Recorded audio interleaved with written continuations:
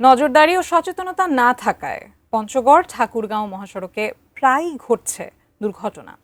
সেখানকার পরিস্থিতি জানাতে সরাসরি যুক্ত হচ্ছেন প্রতিনিধি সিদ্ধার্থ কর্মকার। সিদ্ধার্থ, সড়ক দুর্ঘটনার সংখ্যা এত কেন বাড়ছে?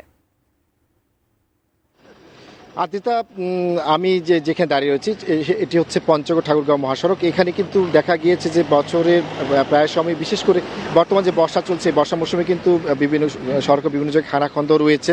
আমি যদি একটু আপনাকে আপনার মাধ্যমে দেখাতে চাই যে আসলে এই যে খানাখন্দগুলি বিভিন্ন জায়গায়, এগুলি কিন্তু ঠিকমতো মেরামত করা হয় না সময় মতো। এবং ঠাকুরগাঁ থেকে পঞ্চগড়ের যে মহাসড়ক, এর পাশে কিন্তু যে ওয়াইডেনের কাজ, কিছু কিছু জায়গায় আমরা দেখেছি যে এই ওয়াইডেনের কাজ করা হলেও কিন্তু অনেক জায়গায় সেগুলি এখন বাকি রয়েছে, যার কারণে কিন্তু সেখানে যে রাস্তা থেকে যে বাড়তি পরিবহনের যে চাপ, তখন কিন্তু দেখা যায় যে সেই সড়ক দুর্ঘটনার ঘটনাগুলি ঘটে।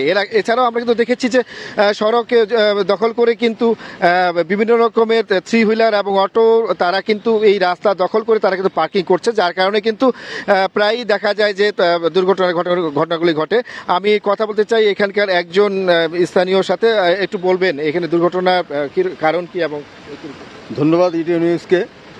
এখানকার মূল দুর্ঘটনার কারণ হলো রাস্তা খুব চিকন এবং রাস্তার উপরে সব বাস, মিনি বাস, সিএনজি, অটো সবাই এরা এর মধ্যে স্ট্যান্ড করে। আর রাস্তা বোদা থেকে ঠাকুরগাঁ পর্যন্ত, পঞ্চগড় পর্যন্ত গোটাটাই ভাঙা।